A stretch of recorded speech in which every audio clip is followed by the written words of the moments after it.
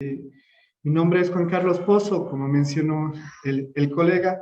Yo soy un médico genetista. Yo me dedico a ver pacientes que tienen condiciones genéticas, que tienen enfermedades genéticas o que tienen el riesgo de sufrir algún tipo de enfermedad. Yo atiendo desde personas embarazadas que quieren saber si es que sus hijos van a tener enfermedades genéticas, desde personas que quieren después tener hijos y quieren saber si es que sus futuros hijos van a tener enfermedades genéticas de parejas jóvenes. También en la actualidad, con todo lo que ustedes han podido ver, nosotros podemos saber si es que una persona tiene un riesgo elevado de tener enfermedades, no solo como el cáncer, sino también con muchas enfermedades crónicas, las enfermedades crónicas no transmisibles, que tienen, gracias a los avances en genómica en la actualidad, ustedes pueden calcular si es que existe algún riesgo o no de que se presenten estas enfermedades y cuál es el riesgo también de que esto se vaya heredando a nivel familiar.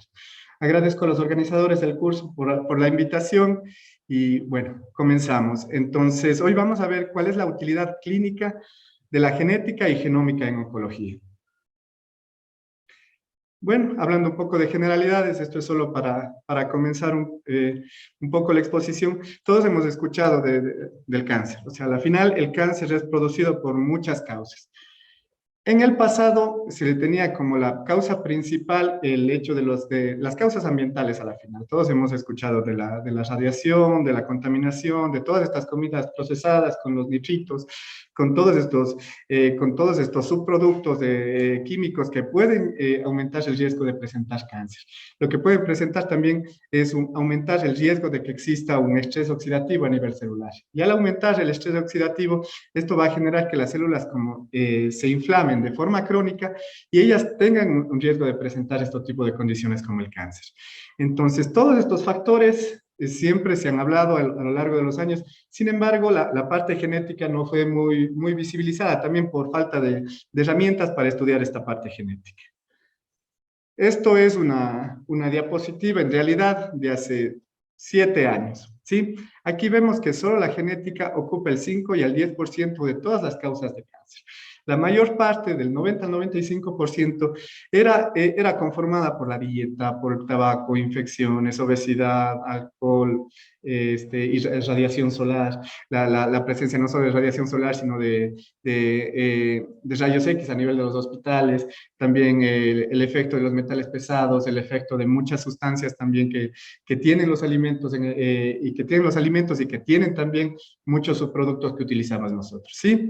Pero en la actualidad se habla de que esta parte genética va aumentando y cada vez más en la actualidad nosotros pensamos que puede llegar a ser que sea del 15 al 20% de las causas, ¿sí?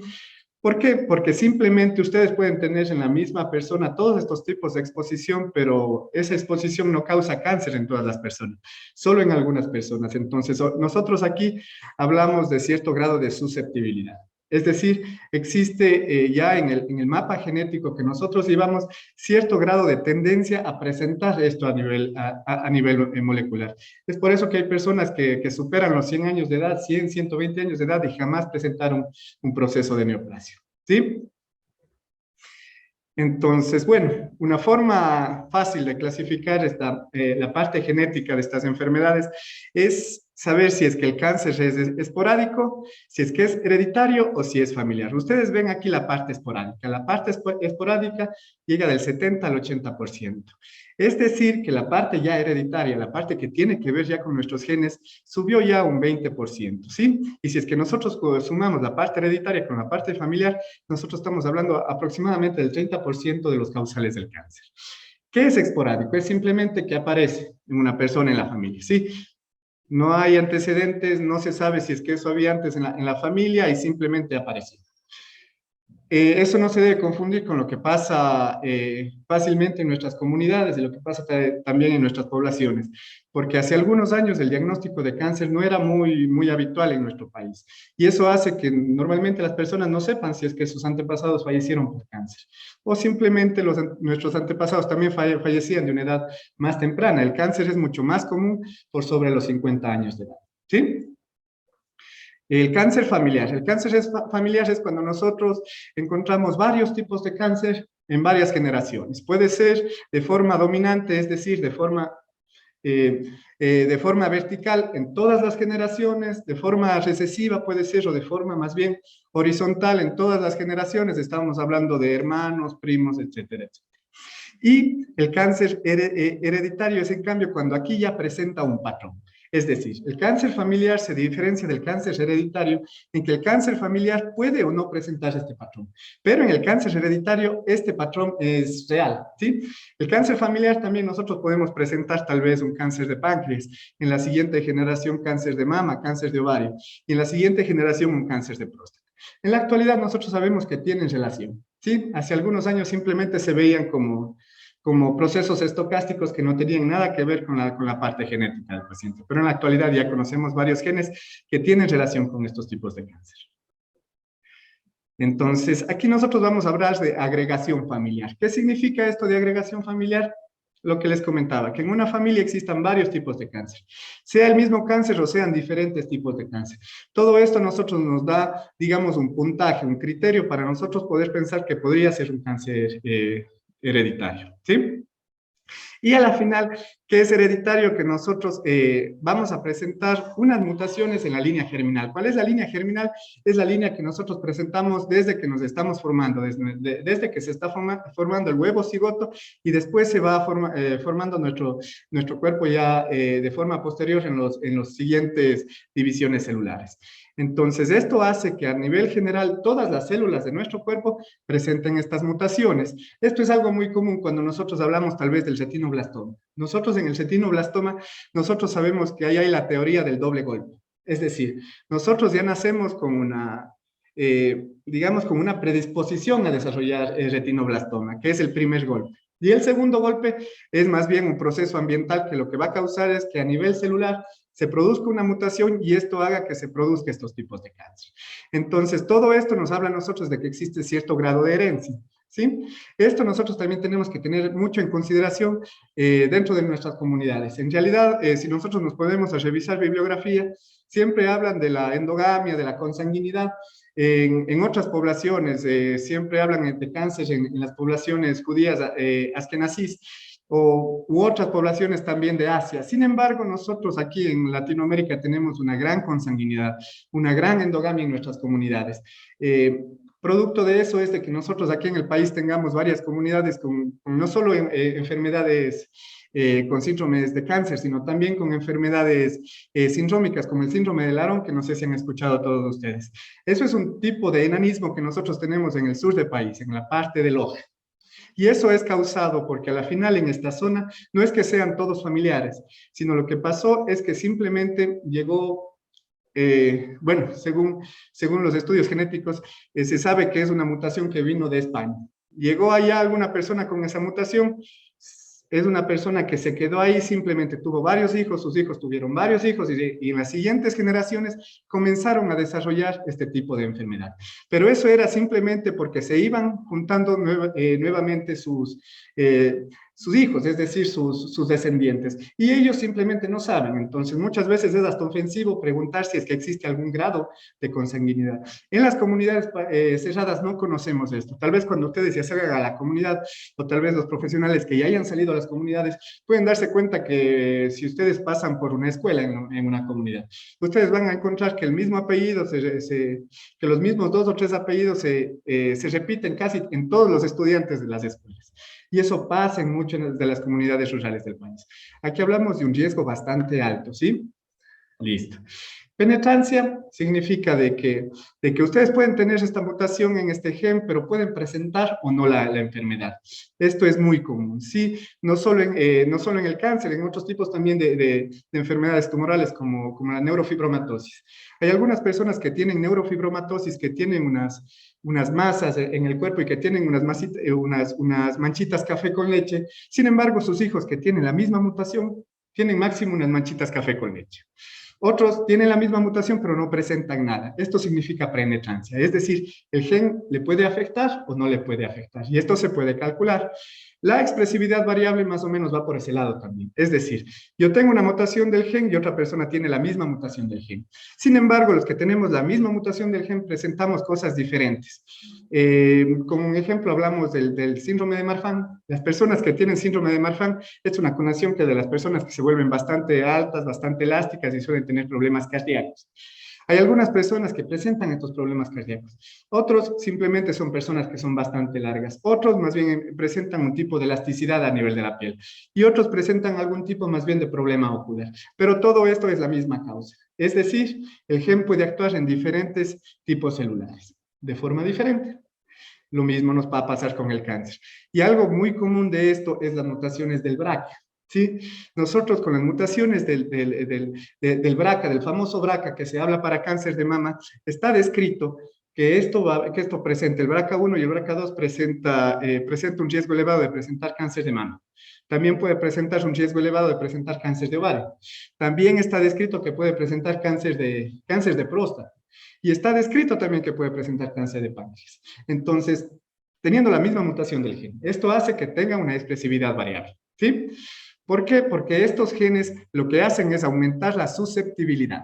Pero todo depende también del segundo disparo que hablábamos, de los factores ambientales que van a producir que se genere o no se genere esta enfermedad.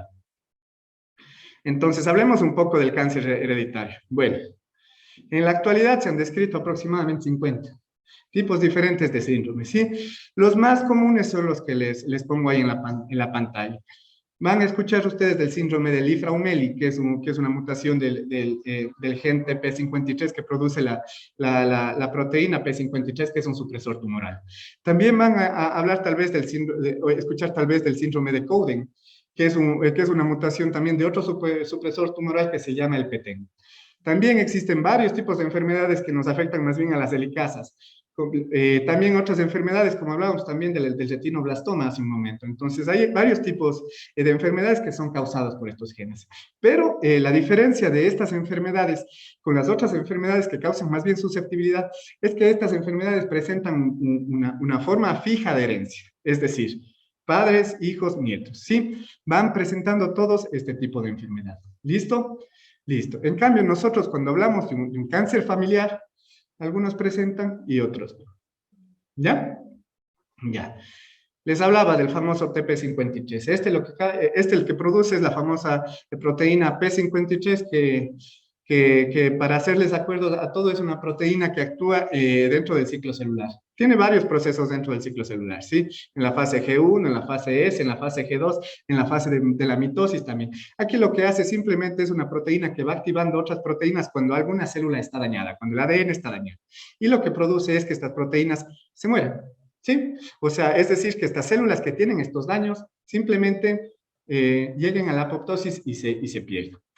Entonces, el síndrome de Li-Fraumeni, que es el síndrome causado por la mutación de este gen, lo que va a generar son varios tipos de características físicas y varios tipos de cáncer. El cáncer principal que suelen presentar estos pacientes son cáncer, es un osteosarcoma o tipos de sarcomas también musculares, ¿sí? También van a presentar tipos de cáncer en varios tejidos blandos, se le llama, pueden presentar en la piel, pueden presentar cáncer también a nivel de la piel, pueden presentar cáncer a nivel del músculo, cáncer a nivel de varios órganos también, ¿sí? Entonces, esto es llamado el síndrome de Li-Fraumeni. Es una enfermedad autosómica recesiva, ¿sí? Es decir, se necesitan dos mutaciones para que haya esta enfermedad, ¿ya? Este PTEN, les mencionaba también hace un momento.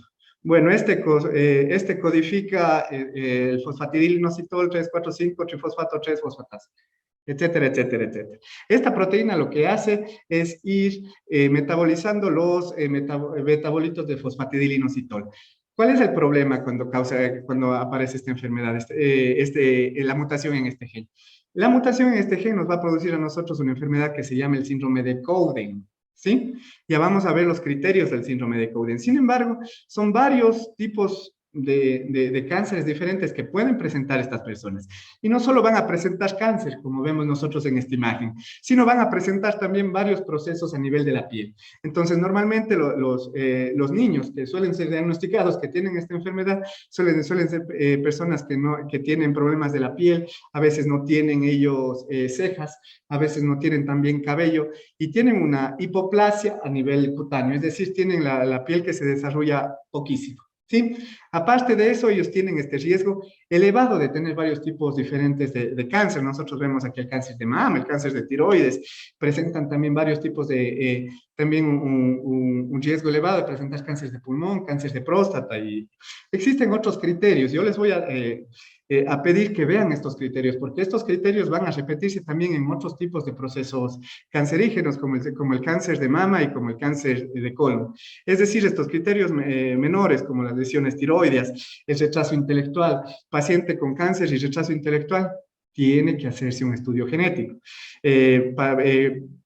Personas que tengan también problemas quísticos, es decir, que presentan también colecciones a nivel de la piel, a nivel del sistema nervioso central, a nivel de los órganos, necesitan hacerse un estudio genético también. Y estos lipomas, fibromas y todas estas tumoraciones, estas masas que se van presentando en la piel en pacientes con cáncer, nos habla a nosotros de un riesgo genético, ¿sí? Entonces, todas estas cositas que vamos a repetir después nos hablan de estas condiciones. Ahora vamos a hablar de un caso clínico. Este es un caso clínico que nosotros le vimos, bueno, con el grupo que trabajo en Quito. Nosotros le vimos a un paciente de 4 años que llegaba porque tenía una neutropenia. Es decir, presentaba simplemente los neutrófilos por debajo de lo normal. Además, presentaba estas lesiones cutáneas, eritrodermia, es decir, la piel estaba bastante roja, estaba pelándose bastante la piel, más o menos como la fotito que veíamos antes. Más o menos como esta fotito. La piel estaba roja, la piel se estaba descamando, el cabello era bastante frágil, se quebraba, tenía una apariencia de ser, era un niño de 4 años y tenía la apariencia de ser ya una persona mayor. En realidad nosotros le confundimos en un principio con un tipo de progeria, que es un tipo de enfermedad genética en el cual las personas se van envejeciendo de forma más temprana. Era pequeñito, tenía las piernas, no solo tenía costas, sino también tenía encorvadas las piernas, es decir, las rodillas estaban un poquito chuecas, los tobillos estaban chuecos, los bracitos también estaban un poquito chuecos. Es decir, tenía un problema óseo, tenía un problema de la piel y tenía un problema también sanguíneo. Nosotros vemos esta neutropenia en general, estas tres. Primero, le hicimos nuestro primer estudio genético. ¿Qué hicimos? Le hicimos un panel de cáncer, ¿sí? El panel de cáncer, en la actualidad, ustedes pueden hacer que vaya desde los 8 genes, 12 genes, 15 genes, 30 genes, hasta 250 genes en la actualidad, ¿sí? Todo depende de lo que ustedes estén buscando. Cuando no se sabe muy bien qué se está buscando, lo más importante es ampliar el panel, pero de forma bastante metódica. Si no se puede simplemente ampliar, porque después algo que pasa y es muy común en el cáncer es de que en la actualidad está de moda también los estudios de exoma. Es decir, secuenciar a todos los genes que tiene la persona. Sin embargo, esto suele revelar muchas variantes de significado incierto que tal vez ya escucharon ustedes estos días, y esto nos hace a nosotros tener resultados negativos. Y nos hace a nosotros confundirnos bastantísimo. Este es un ejemplo, ¿sí? Nosotros teníamos una variante de significado incierto en este gen. El gen era el RQL4. Este es un gen que va a producir una helicasa, ¿sí? Entonces nosotros revisábamos. Nosotros tenemos que hacer, después de hacer el estudio genético, nosotros tenemos que revisar bastante la literatura, tenemos que ver nuestras bases de datos, hacer la parte bioinformática para saber si es que aquí nosotros tenemos unas variantes que nos van a producir que cambie la proteína, ¿sí? Entonces nosotros veíamos de que no había mucha información, las bases de datos no había nada. Entonces queda como una variante de significado incierto. ¿Qué nos pasó después? Del mismo gen, seguíamos estudiando, y unos 2 meses después logramos encontrar este artículo, ¿ya? Este artículo es publicado en Italia. Lo que más nos llamó en realidad la atención, más que sea publicado en Italia, es que tenía una condición que se llamaba el síndrome de Rothmund-Thomson, ¿sí? El síndrome de Round-Munson tiene exactamente las mismas características que les decía. Era el que más se nos unía a, a todas las características que nosotros hablábamos. Y es exactamente el mismo gen. Es esta helicasa que nosotros estábamos hablando. Es el gen RECQL4, ¿sí? Este va a producir esta helicasa. Pero nosotros hacíamos ya después, desde el punto de vista bioinformático, tratábamos de ver si es que esta proteína, después, por lo menos desde el punto de vista informático, nos va a hacer a nosotros que se produzca una proteína que sirva o no. Vimos que en algunos casos, en algunos programas nos salía que servía y en otros programas nos salía que no nos servía la proteína. Lo que nos llamó la atención de este artículo que les puse aquí es que las características de este señor, que es una persona adulta que vive en Italia, es que era un paciente ecuatoriano, ¿sí? Era un paciente ecuatoriano que en su niñez había sido adoptado por una pareja italiana, ¿sí? Raspando un poquito más, esto nos hizo pensar de dónde viene esta mutación. Nosotros logramos saber que viene de la misma comunidad donde vive este pequeñito, es decir, tienen cierto grado de parentesco.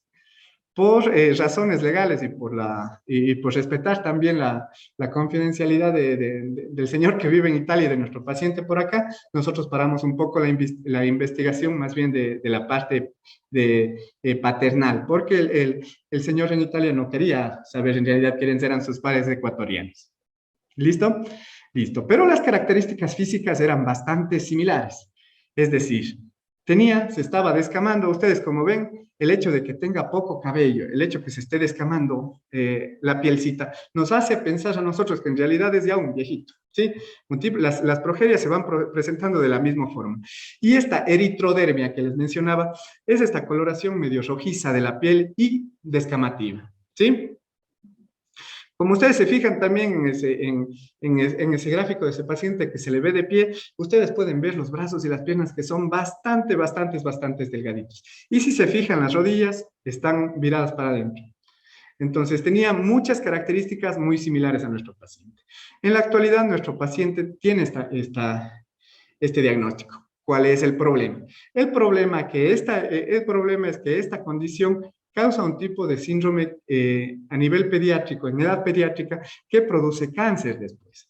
Entonces, este pequeñito tiene el riesgo de presentar sarcomas, tiene el riesgo de presentar también linfomas y leucemia. Es decir, si es que nosotros no le hacíamos un estudio genético, no le podíamos nosotros hacer exámenes seriados a este pequeñito. Le hubieran dejado ahí.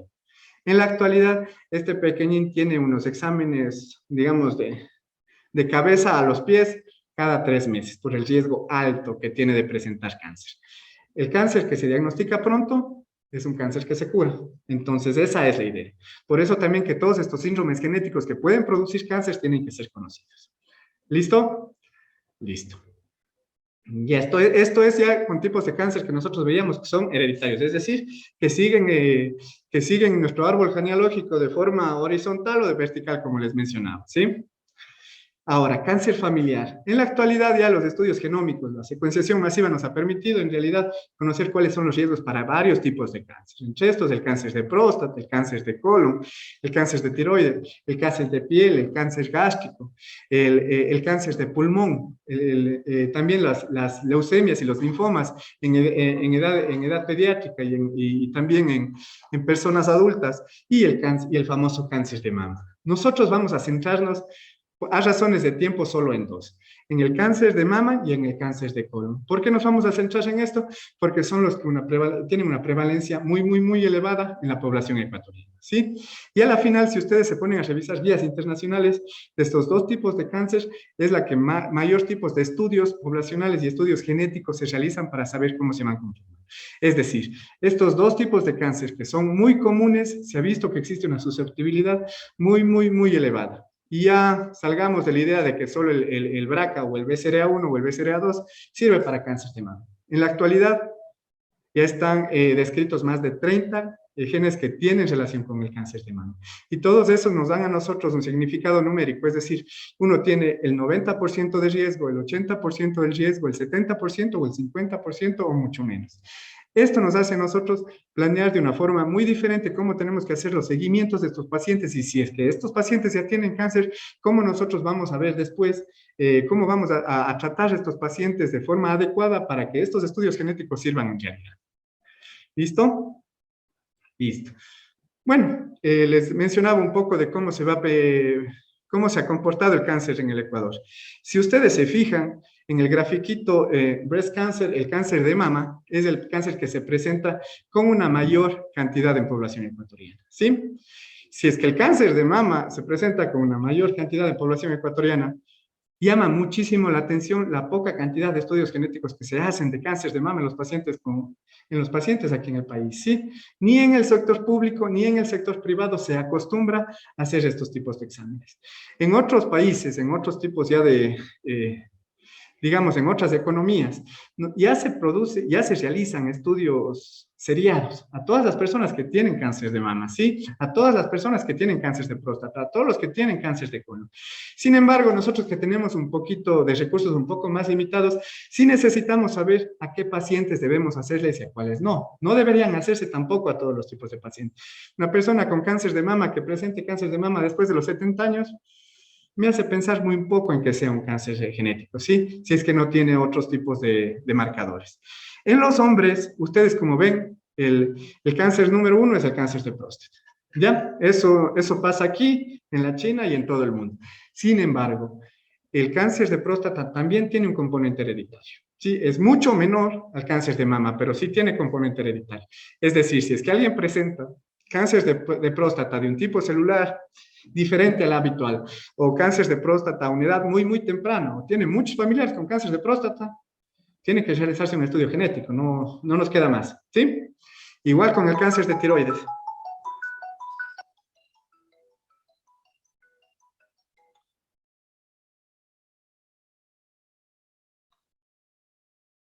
Perdón. Igual con el cáncer de tiroides, igual con el cáncer de piel, ¿sí? Con el cáncer gástrico también nos sucede esto, ¿sí? Vamos a ver, un poco de estadística. Bueno, aparte de genetista, soy epidemiólogo, por eso me dedico mucho a estos estudios poblacionales. Entonces, ustedes como pueden ver, a la final, algo que me llamó mucho la atención de estos datos es la gran cantidad de muerte que existe en relación con los diagnósticos. Si ustedes se fijan, ustedes ven que más o menos los números de casos nuevos, yo que sé, en los dos sexos, el número de casos nuevos, llegamos a 29,000, ¿sí? De esos, 15,000 fallecieron. ¿Ya? ¿Qué me dice eso a mí? Me dice que se están diagnosticando o muy tarde o que no hay medidas preventivas en nuestro país para diagnóstico temprano de cáncer. Y parte del diagnóstico temprano de cáncer es el diagnóstico del cáncer antes de que se presente el cáncer, que es lo que nos ayuda a la genética. Es decir, nosotros sabiendo ya el riesgo para presentar cáncer de mama, cáncer de colon, cáncer de próstata, que son los más habituales en nuestra población, nosotros deberíamos saber cuál es el riesgo en la población. Y si es que alguien tiene un riesgo muy elevado, hacerle ya exámenes seriados para saber exactamente para qué nos sirve o no. ¿Listo? Entonces, la mortalidad que nosotros tenemos es elevadísima. Ya.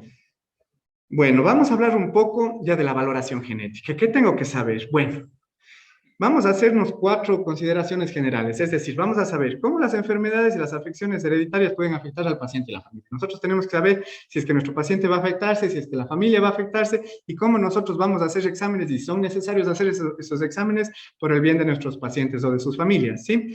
Cómo los antecedentes familiares, los antecedentes médicos de los pacientes nos aumentan la probabilidad de aparición de estas condiciones, ¿sí? Nosotros vamos a ver cuando hablemos de cáncer de colon que el hecho de tener pólipos o el cáncer de mama, el hecho de que el cáncer de mama se presente en un varón. Esto nos va a decir a nosotros de lleno, haz un estudio genético porque estos son riesgos bastante elevados. Es decir, si estas condiciones, si estos antecedentes que nos van a hablar a nosotros de que existe este riesgo de cáncer.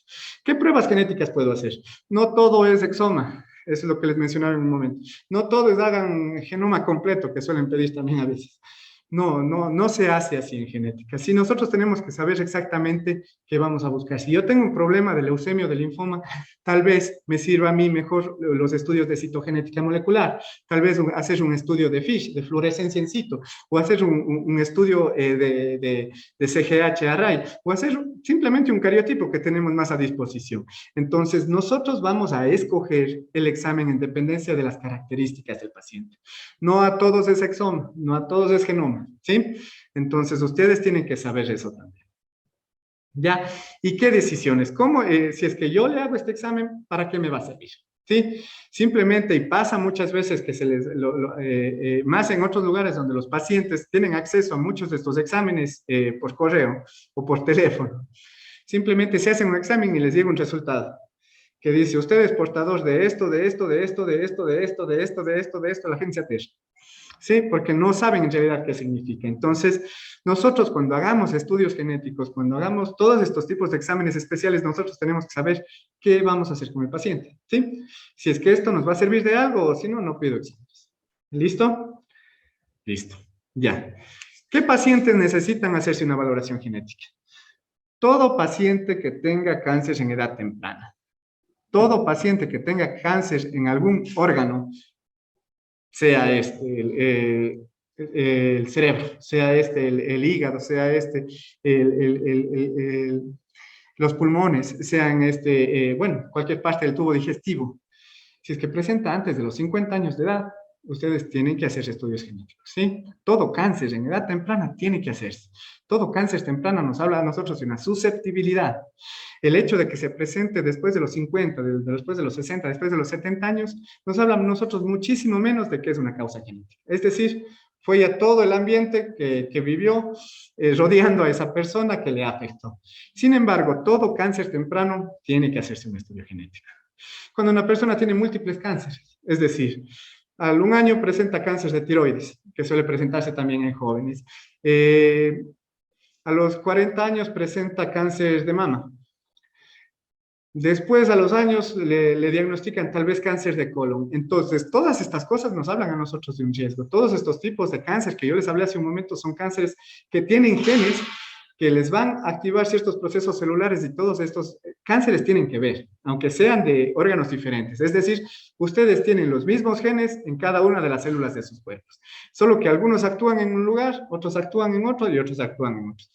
Unos actúan en todas las células y otros actúan solo en ciertas etapas de la célula. Es decir, ustedes tienen que saber cuáles son esos tipos de cáncer. Más de un cáncer necesita hacer valoración por un genetista, ¿sí? Cuando el cáncer es bilateral, es decir, yo tengo tal vez cáncer de mama al un lado, un año después cáncer de mama al otro lado.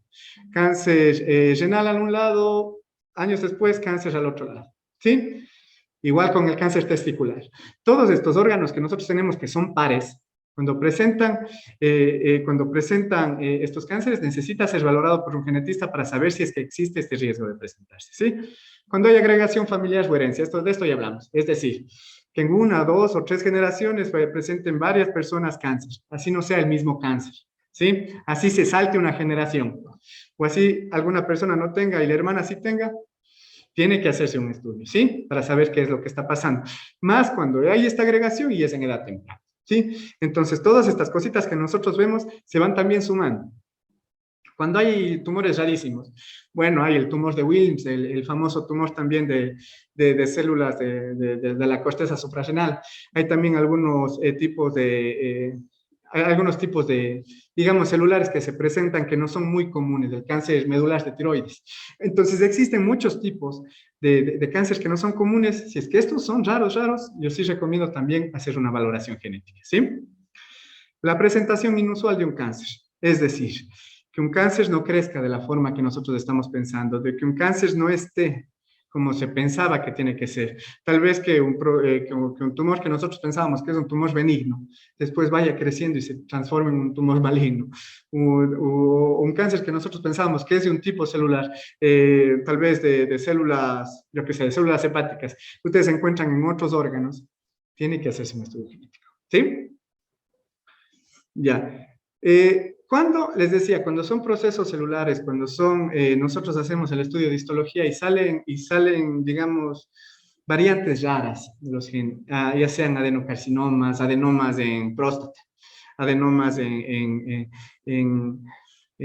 cáncer pancreático. O sea, cuando existen tipos celulares bastante raros en nuestros estudios de histología, también se tiene que hacer estudios genéticos. Cuando hay cánceres asociados a defectos del nacimiento, no sé si han escuchado ustedes hablar alguna vez del tumor de Wilms. Esto es un tumor de la corteza suprarrenal que se va presentando a nivel, o sea, se va presentando en nuestro riñón, este tumor de Wilms. Y también tiene muchos problemas renales, tiene defectos geniturinarios y muchas otras condiciones este pequeñito. Es decir, cuando nosotros tenemos un cáncer en pediatría y este cáncer en pediatría es en un pequeñito que tiene algún tipo de malformación, ya sea en su sistema nervioso central, en su sistema gástrico, en la pared digestiva, una malformación genital, hacer estudios genéticos, ¿sí? Y los 4 últimos que están marcados con la coloración un poquito más oscura, estos son los más nuevos, ¿sí? Estos son recomendaciones de la Asociación Americana de Genética Médica, ¿sí? Poblaciones geográficas o étnicas con alto grado o con alto riesgo. De aquí hablábamos la parte de la consanguinidad, que eso significa que simplemente haya un grado de parentesco en los padres, ¿sí? O la endogamia, que es un poco diferente a la consanguinidad, pero esto más nos habla de estas comunidades que yo les mencionaba, estas comunidades cerradas, en las cuales se reproducían todos con las mismas personas de la misma comunidad. Esto nos habla a nosotros de un riesgo mucho mayor. En nuestra población casi esto no se ha estudiado, pero en otras poblaciones a nivel mundial sí. La que más se ha estudiado es los judíos askenazí, que es un tipo de subrama de las comunidades judías. Tenemos dos, la sefardí y la askenazí. La askenazí tiene la costumbre de emparejarse con parientes cercanos, ¿sí? Entonces esto hace que aumenten el riesgo de presentar enfermedades genéticas, ¿sí? Nosotros hemos escuchado mucho eso en nuestra población, en la parte de Manabí, en la parte de Loja, en la parte de Cañar, en la parte de la Soy también hay bastante. Si nosotros nos fijamos también en nuestro oriente ecuatoriano, sucede eso muchísimo. Normalmente, por un ejemplo, hay muchas comunidades shuar en el país que tienen la costumbre de que la misma persona, el mismo señor, se case con hermanas. El asunto que cuando se casa con hermanas, tienen varios hijos, y sus hijos entre primos, etcétera, etcétera, etcétera. Y esto nos va a nosotros aumentando los riesgos, ¿ya? No solo, y ya le digo, no solo pasa en nuestras comunidades indígenas, sino también muchísimo, muchísimo, muchísimo en nuestras comunidades también mestizas. Mucho menos común es en las ciudades, pero en el campo es mucho más común. ¿Listo? Listo. Variante patogénica familiar conocida. Esto en nuestro país casi no hay, pero en otros lugares, si ya saben que alguien tiene una variante de BRCA y tiene algún familiar cercano que quiere hacerse un examen, si se sabe ya que el familiar tiene eso, se le dice, hazte por favor el examen.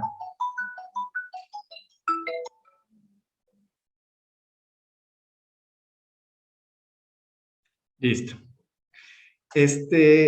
Cáncer epitelial del ovario, de trompas o primario del peritoneo. ¿Por qué se hacen esto? Normalmente porque estos tipos de cáncer suelen tener mucho que ver con cáncer de páncreas, con cáncer de ovario, y estos cánceres de páncreas y de ovario tienen mucho que ver también con el cáncer de mama, ¿sí? Entonces tienen los mismos marcadores y muchos de estos se diagnostican de forma primera, de forma tardía. Es decir, nosotros encontramos estos tipos de células en el centro peritoneo que son cancerígenas. En un principio no se sabe de qué es, pero sí es recomendable en la actualidad a todos estos cánceres hacer estos tipos de estudios, ¿sí? Perfecto. Y hablábamos ya de los pólipos intestinales. En la actualidad, si es que existen más de 10 pólipos de los más comunes, se debe hacer. De los más raros, si es que existe ya 3 o 4, pero todas estas cositas nos van dando a nosotros herramientas, ¿sí? Entonces, ¿cuándo? Bueno, ya con todas estas cosas ya es valorado el paciente.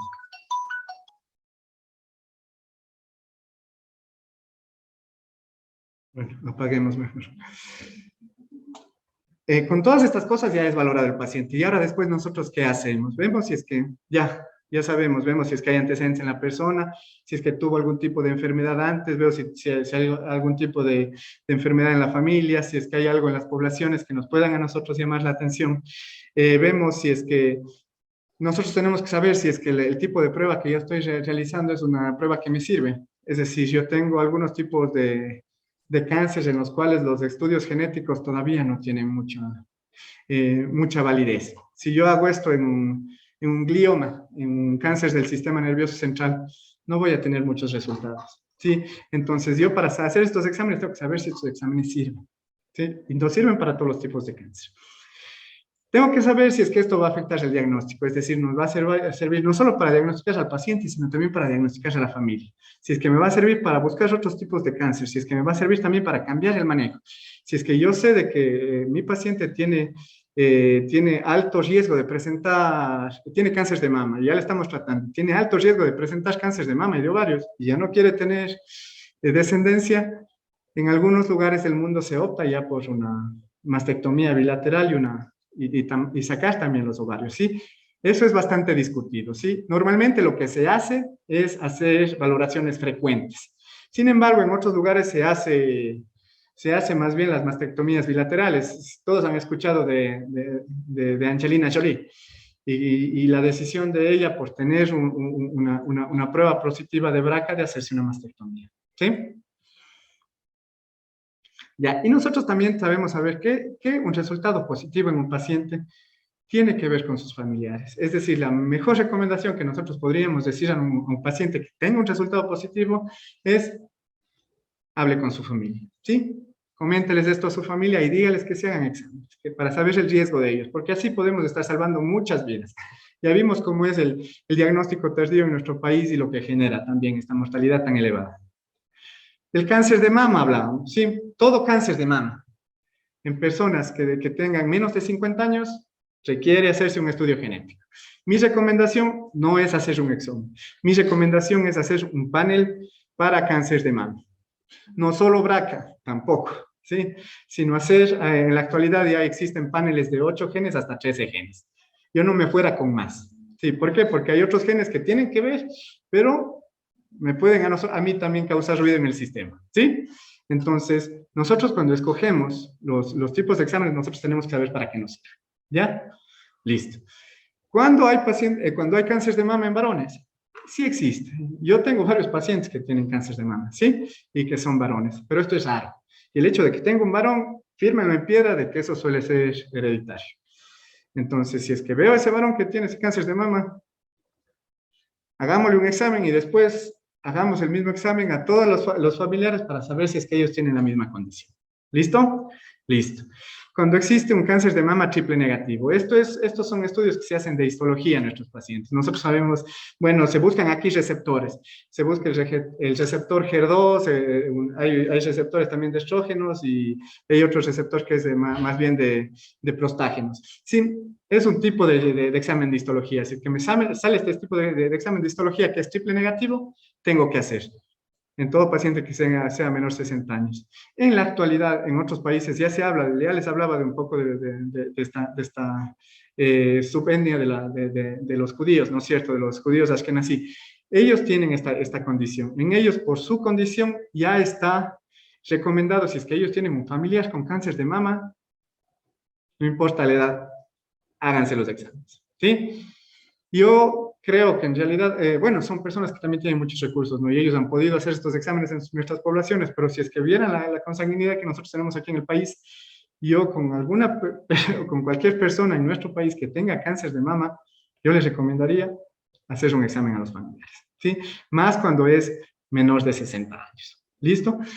Por la consanguinidad en nuestro país, que es muy, muy, muy habitual, más en el campo, por supuesto. Ya, cuando nosotros tenemos cáncer de mama, cáncer de ovario, cáncer de próstata, eso les decía, estos 3 tipos de cáncer también tienen algunos genes que pueden producir estos tipos de cánceres, aunque uno piense que la mama y la próstata no tienen nada que ver. ¿Sí? Listo. Cuando tienen familiares con diagnóstico muy temprano, es decir, si yo tengo algún familiar con diagnóstico en 42, 43, 40 años, yo tengo pacientes que tienen diagnóstico de cáncer de mama y que son mucho menores de 30 años también. Y muchos de ellos hemos encontrado varios tipos de mutaciones y hemos tenido que hacer varios estudios seriados a las familias también. Entonces, de aquí vamos la idea de estos exámenes, como les digo, es evitar la mortalidad, ¿no es cierto? Cuando nosotros tenemos cánceres de mama y también tenemos pólipos, el pólipo PJ es un pólipo digamos, que tenemos en colon que se llama de Peutz-Jeghers. Es de un tipo de enfermedad genética que lo que causa es que hayan pólipos y haya también manchitas oscuras en el colon. ¿Sí? Cuando tenemos cáncer de mama y cáncer gástrico, más cuando es cáncer de mama y cáncer gástrico y este cáncer gástrico es difuso, tiene que hacerse. Cuando nosotros tenemos familiares con cáncer de mama y otros familiares con cáncer, es decir, una mujer de 45 años que tiene su mamá con cáncer de mama y que tiene su hermano con cáncer gástrico difuso, debe hacerse un examen, ¿sí? Y cuando tenemos estos criterios de síndrome de Cowden, ¿se acuerdan que les mencionaba los criterios menores del síndrome de Cowden? Cuando nosotros tenemos todos estos pólipos que se van presentando, cuando nosotros tenemos esta fragilidad que se va presentando, estos nódulos que se van presentando en la tiroides, en otros sistemas, estos quistes, todas estas cosas nos hablan a nosotros de este riesgo. Y el segundo, el cáncer de colon. Igual, toda persona menor a 50 años. Cuando nosotros tenemos cáncer de colon y también hay cáncer de endometrio en el caso de las mujeres. Cuando yo tengo un paciente con cáncer de colon que tiene un familiar con cáncer de endometrio, hágase el examen. Cuando yo tengo, bueno, no se hace en la actualidad aquí, pero sí hay un estudio que es para ver inestabilidad en satélite, se llama. Es un estudio que se hace con citogenética. Si es que yo tengo eso, hágase y yo tengo esta inestabilidad, hágase este estudio de cáncer de colon. En la actualidad hay paneles para cáncer de colon que son de 40, 50 genes, hay algunos que llegan a 250, ¿sí? Depende de lo que estoy buscando. No por más genes estoy mejorando el estudio, ¿sí? Perfecto. Cuando yo tengo, bueno, cáncer de colon y otros tipos de cáncer también en familiares, cuando tengo de nuevo estos problemas del síndrome de Cowden, cuando yo tengo estos pólipos no se presentan solo en personas que tienen cáncer. Normalmente en algunos tipos de cáncer, estos pólipos van a progresar a cáncer. Es decir, en edad temprana, estos pólipos se van presentando. En algunas personas se van presentando en todo el tubo digestivo, en algunas personas en todo el tubo gastrointestinal, ¿sí? Entonces, en estas personas tienen un riesgo elevadísimo. ¿Qué se hace normalmente? En estas personas se hace estudios de colonoscopías de forma seriada. En la actualidad no solo se recomienda estos estudios de endoscopía, sino también se les recomienda hacer estudios moleculares. Yo puedo ahorrarme muchas endoscopías si es que hago un buen estudio molecular. ¿Listo? Listo. Estos pólipos de PJ o de Peutz-Jeghers que hablábamos hace un momento, que son estos pólipos que tienen también estas manchitas oscuras. Hay otros tipos de pólipos que son diferentes, son estos cerratos, que son, bueno, un pólipo diferente, y también hay unos pólipos que son juveniles. Hay pólipos en niños, en jóvenes. Cuando yo encuentro una enfermedad polipósica en adolescentes, firma lo que tienes que hacer un estudio genético, ¿sí? Y eso, chicos.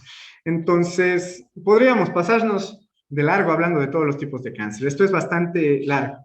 Sin embargo, dado el tiempo y dado la necesidad de este curso, yo decidí solo hablar de los más comunes, digamos así, y de los que más relevancia tenemos nosotros aquí en el país. Entonces, ustedes, para hacer estos estudios genéticos, no es cuestión de hacer estudios genéticos por hacer. Ustedes tienen que saber si es que estos estudios van a funcionar, qué resultados nos van a dar y yo qué voy a hacer con esos resultados. Y si es que yo le hago un examen genético a mi paciente tiene que tener un asesoramiento genético adecuado. Es decir, les tienen que explicar qué problemas va a tener, cuáles son sus riesgos en el futuro y también ocuparse de la parte psicológica de los pacientes, que es muy, muy, muy importante. Estos resultados también que te hablan de riesgos en el futuro tienen que ser tomados con mucha madurez. Si ustedes le dicen en el futuro, vos vas a presentar cáncer, es muy diferente a que tú digas, tú tienes un riesgo elevado de presentar cáncer. El riesgo elevado se puede controlar. No el hecho de que ustedes tengan un examen positivo con una de estas mutaciones, ya sea en BRCA, ya sea en todos estos genes que nosotros vimos, no significa a ciencia cierta que va a existir cáncer. Lo que te habla es de riesgos, ¿sí? Y estos riesgos nosotros tenemos que ir evitando. ¿Listo? Listo, chicos. Entonces, muchísimas gracias. Si tienen alguna duda.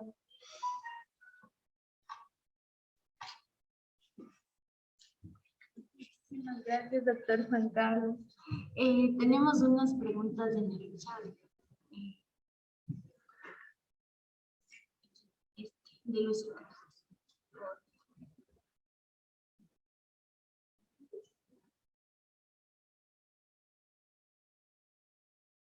Ya, bueno, me preguntan si es que alguna persona nace ya con un problema genético, si ya nace con esa predisposición, si es que existe alguna forma de revertir este defecto genético y evitar la formación del cáncer. Bueno, en la actualidad no, ¿sí?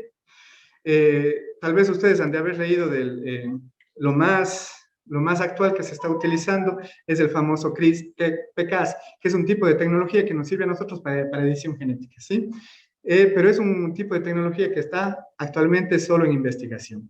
Es decir, no se utiliza eso no se utiliza eso ya para un tipo de tratamiento. Se están haciendo varios tipos de experimentos con muy buenos resultados, pero eso ya que salte de la parte experimental a la parte clínica, todavía tenemos un hecho bastante largo. Más que para cáncer, lo que se está haciendo los experimentos actuales son más con enfermedades genéticas en edad pediátrica, ¿sí? Entonces ahí se está tratando de modificar las distrofías musculares, también la fibrosis quística y estas que son bastante comunes, pero todavía es experimental. Pero no hay forma de revertir. Lo que les hablaba aquí más bien es de la teoría del doble golpe. Entonces, si ustedes tienen la predisposición, siempre hay que cuidar que existe el segundo golpe, es decir, la parte ambiental. Si es que yo sé que tengo riesgo de presentar melanoma, que es un tipo de cáncer de piel, ni loco salgo sin gorro, ni loco salgo sin protector solar, ¿no es cierto? Si es que yo tengo este PT53, que yo les hablaba que es este gen que les causa el síndrome de Lifra-Umeli, que tiene varios tipos de cáncer a nivel de la piel. Si yo tengo eso, yo ya sé por el conocimiento actual de que yo no me puedo poner a realizar una radiografía. ¿Por qué? Porque esta radiación es el segundo golpe. Entonces, digamos que está proscrito en estos pacientes, a no ser que sea emergencia, por supuesto. Pero si es que se puede evitar, se trata de evitar. ¿Listo? Muchísimas gracias, doctor. Perdón. Primero quiero dar un agradecimiento al doctor Juan Carlos por su disponibilidad. Es un honor tenerlo acá. Muy interesante su charla y finalmente a los participantes por haberse quedado en esta jornada del día de hoy. Si es que no tenemos más preguntas, damos por finalizado el congreso del día de hoy y iniciamos mañana. Nada más que esto. Muchísimas gracias, doctor Juan Carlos.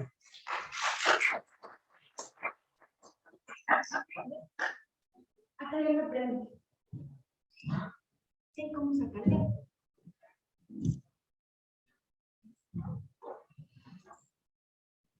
Sí, cuando usted explicó ahorita sobre que no hay cómo cambiar la parte de genética, digamos, que ciertos genes ya vienen de nuestros padres y todo eso. He leído antes sobre la epigenética, que es como una idea de la predisposición, pero a través de esos estudios se le puede como que mantener esos genes apagados para que no se activen más o menos en. Y otra, ¿qué tan accesible es hacerse un estudio genético a los que usted nos explica? Bueno, muchas gracias por tus preguntas. Vamos con la primera pregunta. Ella habló un poco de la epigenética. ¿Qué es esto de la epigenética?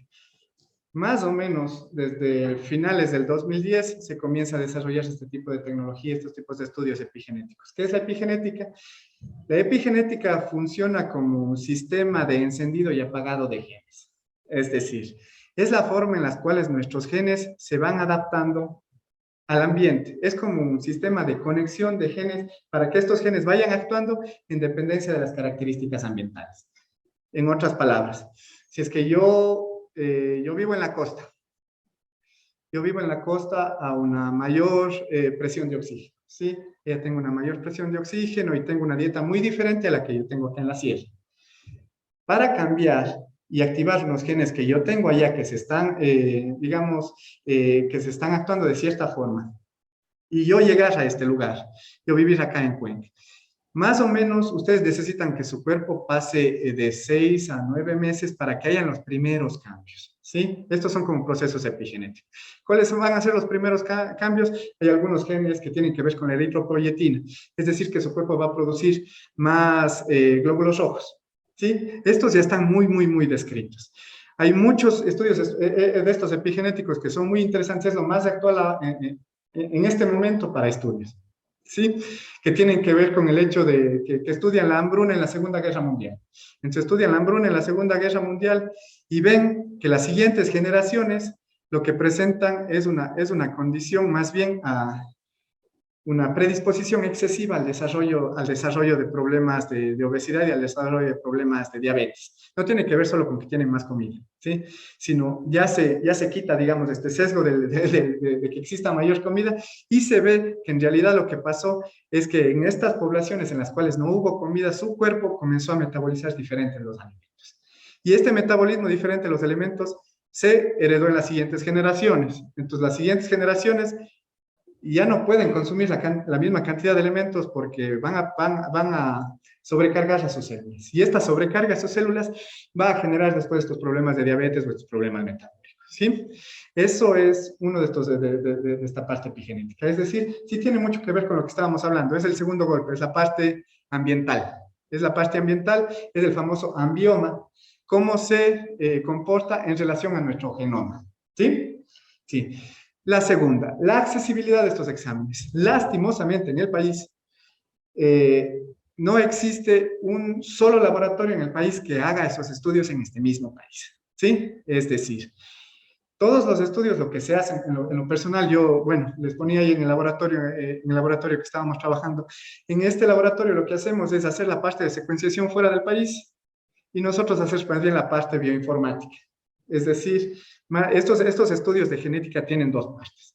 Uno es hacer la parte de extracción de ADN y después secuenciación, es decir, y transformar ese ADN que yo tengo en unas bases de datos. Y la segunda es la parte del estudio bioinformático.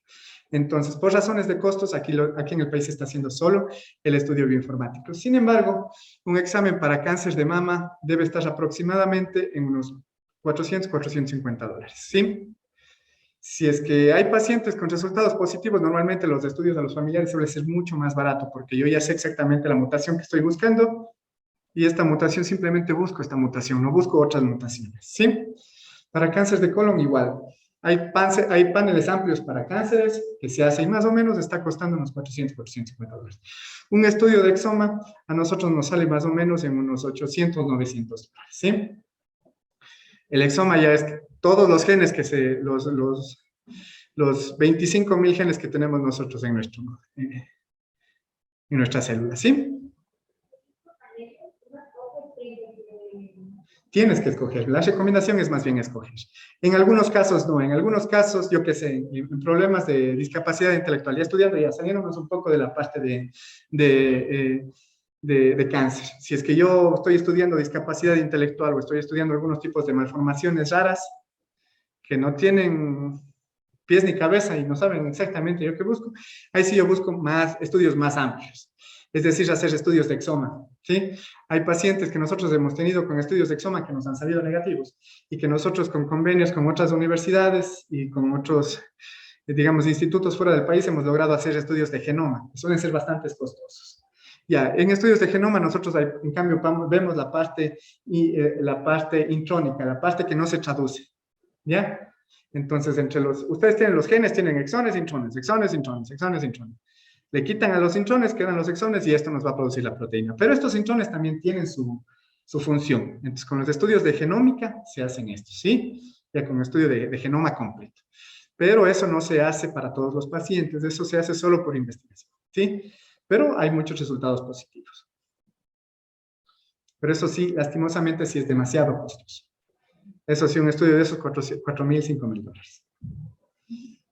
No se hace de forma habitual en ningún lado del mundo. Como les dije, solo en casos negativos, en pacientes que no mismo se sabe qué es. ¿Listo? Listo. Salvar al mundo es posible. La UISEC es pionera en la formación de profesionales en ciencias biomédicas, que trabajarán en la prevención, diagnóstico, tratamiento, contención y mitigación de las enfermedades que afectan al mundo. Estudia y fórmate con nuestros investigadores. Genera el conocimiento que salvará vidas. Carrera en Ciencias Biomédicas. Universidad Internacional SEC.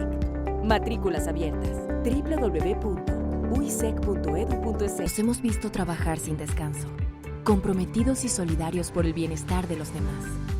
Hoy, somos conscientes de la importancia de su vocación y servicio. Por eso la UISEC presenta su nueva carrera de medicina, que formará a los médicos y profesionales de salud como personas competentes, éticas, vanguardistas e interprofesionales, con una estructura curricular sólida. Generamos la experiencia necesaria para ejercer la medicina y sus ramas acorde a estándares internacionales. Nos respaldamos por acuerdos hospitalarios y convenios con redes de apoyo que acreditan y avalan nuestra experiencia como educadores en la salud. Conviértete en el siguiente héroe del país y del mundo. Carrera de Medicina. Facultad de Ciencias de la Salud.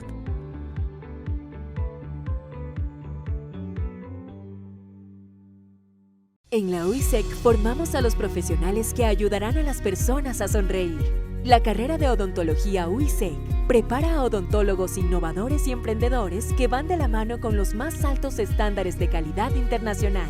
Nuestros estudiantes combinan la teoría y la práctica en modernas instalaciones con la guía de los mejores profesionales en el sector. Sé parte del grupo selecto de profesionales que lideran el cuidado de la salud dental de las personas. Universidad Internacional CEI. Personalización en serio.